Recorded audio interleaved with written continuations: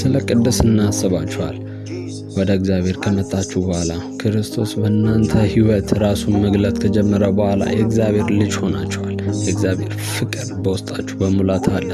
ቅድስና የሚባል ሕይወት አለ። ቃሉን የሚጠቀምበት ሁኔታ ይጀምራል። ከውስጣችሁ ቆሻሻውን ማውጣት ይጀምራል። አእምሯችሁ ማጽዳት ይጀምራል።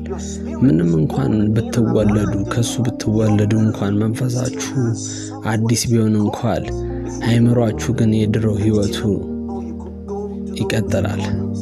ይህን ታውቃላችሁ። ጌታን ካወቃችሁ በኋላ የድሮ ሕይወታችሁን ልቀጥሉ እንደምትችሉ ታውቃላችሁ።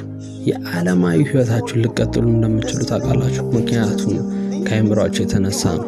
እነዛ የአእምሯችሁ ስዕሎች ከእናንተ ጋር ተከትሏችሁ ነው የመጡት። ጌታን ስለተቀበላችሁ ነገሮች ይለወጣሉ ማለት አይደለም። ቃሉን ግን በብዛት ስታነቡት መንፈሱ ከውስጣችሁ ከአእምሯችሁ እነዚህ ነገሮች ማጽዳት ይጀምራሉ። ሐሳባችሁን በእግዚአብሔር ሐሳብ መለወጥ ስትጀምሩ ቅድስና በእናንተ ላይ መገለጥ ይጀምራል። ለዛም ነው ቃሉ በብዛት በውስጣችሁ ይኑር ተብሎ መልእክት የተጻፈው።